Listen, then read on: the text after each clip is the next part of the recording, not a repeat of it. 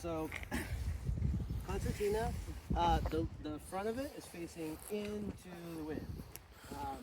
Which bag is yours? The one on the right. And then you already disconnected from your harness, correct? Yep. Okay, good. So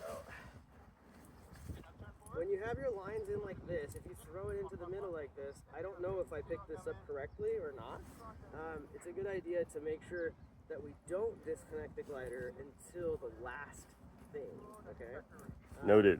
The last thing that you do is disconnect the glider, rather than disconnecting it right off the bat. Now it's not connected.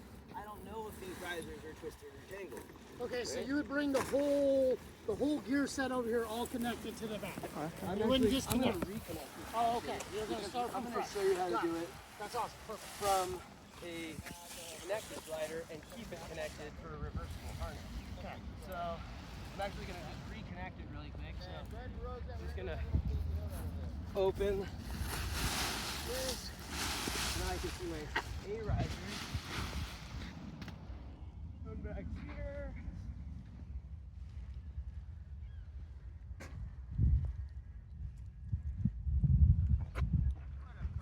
And then this shouldn't be twisted because you just took it off and set it down. So A's are all on the top, that's great. Now I can put these together, flip it to the left.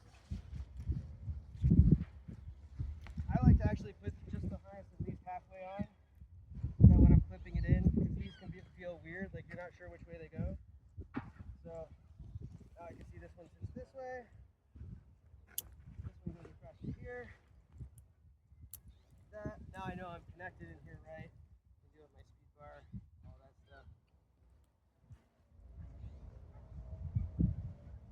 Make sure your speed bar is not going through your reserve handle. Okay, now we're gonna get back to this. Okay, so the wing is facing at me. The leading edge of the wing is upwind. I'm gonna put my shoulder strap on and take a rosette. So I'm gonna come back here. How many of you guys live in a small space?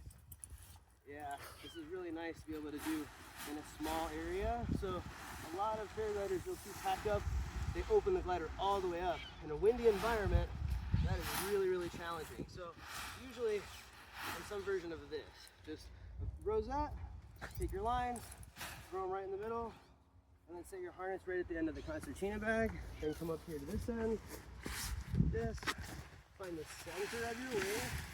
The Air Design symbol is the center. And then you're just collecting the leading edge cells. You can go one at a time, you can go two at a time. If you want to be extra careful, you can grab the connection point. It really, if you're gentle with it, it's not going to be any kind of damage. All the lines, notice I'm just tossing them into the middle. So if I see any lines going over to the backside for any reason, like anything like this, I'm just going to keep collecting. And anything that's going over, just push it up and in the center of the glider. Now I have all of these, notice how there's nothing hard over here. Anything when there's not hard stuff, you can't damage it. So this is all good. Right here I've got half the wing collected. I'm gonna pinch it against my knee, and then I'm gonna start collecting the other side.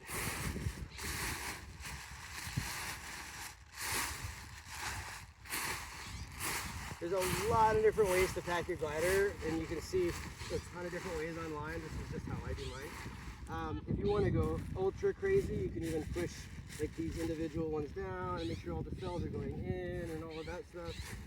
This part, any of the parts that are fabric aren't really going to matter. The whole point of this is these hard rods. So, would it matter if you're storing it for a longer period of time? Yeah, you can already see from this one, it's like got a little bend that way, and some of these are, like you see how it has a bend like that? And that's just from keeping it in a stuff sack. So the longer time you keep it in a stuff sack, the more it will gain more memory. But if I put it into here and put it in here and keep it like this for a week or two, it'll flatten right back out. So come over to this side. And then on Air Design gliders, there's an Air Design symbol. Notice it looks like a big mess right now, right? This doesn't look like a good job. But inside of here is the Air Design symbol. I know this is the trailing edge of the glider. So I just need to I don't even need to move the lines. I just need to take the glider from the trailing edge, slide it under the lines. The lines always want to be on the top of it, right? So I'm just grabbing grabbing from underneath. I'm trying to find that Air Design symbol. Oh, center again. Should be a big Air Design symbol right there, right? I'm gonna take my lines, just set them right over the middle of the Air Design symbol. Then I can grab my concertina bag and kind of pull it so that it should sit right at the back of the bag like this, and all my lines should go right in the middle. Any lines that are on the outside, once again, are gonna go to the middle. So Air Design symbols here, over. What if it hasn't? What's that? What if it's not an Air Design? If it's just you're just finding the closest to a vertical line. Like if I'm over here, Yeah. this doesn't look like this. Even if let's say I start over here, it doesn't matter. Okay. So even if I started here, I'm gonna go over and back, over and back. If I start to see lines like this, to the inside, over and back, over, back. You're just kind of pushing the fabric. So it goes over and on top of itself. It's going to go up as it goes to a wingtip. Now I'm going to do the other side. So over, back.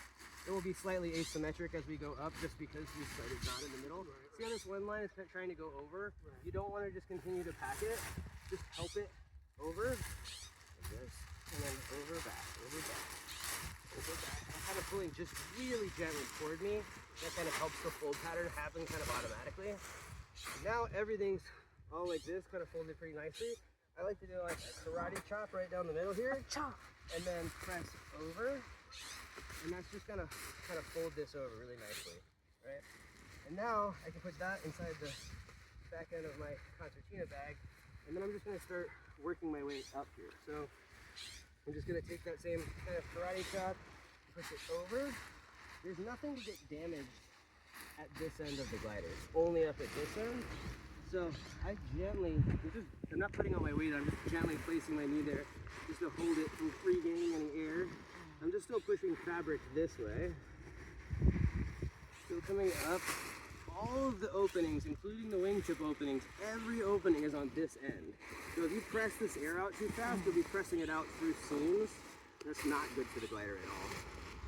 So say that part again. If You want the air to come out of the fabric. You want it to go out of the holes of the so glider. these seams like this, they're not, you can see when I pull on it, it's not designed to be pulled that way, right? So you absolutely never want to pull or press the air out that way. You never pull on seams or press the air out. So I'm just pushing this all together, and now I've been pushing the fabric that way this entire time. So from this part here, if I press down on this, you can see how that would bend all of these, right? So I don't want to do that. So I'm going to turn it the same way I've been turning everything else. Just going to reach in here and twist the whole entire thing sideways, like that. And now when I press down on it, it's just flattening them out more, right? So I just slide this around the top of it like that. And then this thing, you can take back off now. I think, yeah, on this bag, I was thinking it was this one. So on this bag, there's an internal one. Sometimes there's only external one. It depends on your concertina bag. You can look it up. But essentially, you just need one to originally collect it. And then after that, this thing doesn't really matter. And then now it's all collected. Notice it didn't refill with air. It's not going to refill. It only can refill through here. So now from here, if it's a reversible harness, so whether it's a reversible harness or not, it's still connected to the harness right now, which means that I know 100% it's not tangled. I connected it properly, so it's for sure not tangled. Now if I wanted to disconnect it, I would disconnect it, and then I just slide the riser end right in here, and now it's away from the lines. The lines are tucked in the middle of the fabric inside of here, so it'd really be hard to put it through the lines, right? But let's say I don't want to do that. I want to leave it connected so that I can go up to the hill and hike up, right? So I'm just going to close it all the way. I'm going to keep myself a little bit of extra lines here. I'm going to start with the harness side. I'm going to open this up. In the back here, you have to take whatever's in here out. So if there's anything in here, you'd have to take it out. Oh, whatever's stored. Got it. And then you just flip this out. Flip this out. The harness is still facing the wing the whole time. Flipping that around. Like that. And then when you get here with this harness in particular, you just want to make sure you're reserved, and it is. It's tucked in. It's going in that way. That's great. Your riser set's always going to be a little weird. It's going to kind of be sitting kind of chunky in the middle like that. And then from here, we just do fold over like this. And then one more of those. And then this part goes over the top. And you just take this whole thing right over here, set it right inside. And then when you're after you do this, to take it back out, you unzip it, slide this back out, do everything in reverse. If you spin it around and start twisting things around, then it's not going to work out for you. So think about the way that I set this down. I'm setting it down so that the back of the harness is facing into the wind. Just like every time we put our gear away, we're putting it down always that way. So keeping your harness facing toward the wing. And now I have everything tucked inside of here. It's all still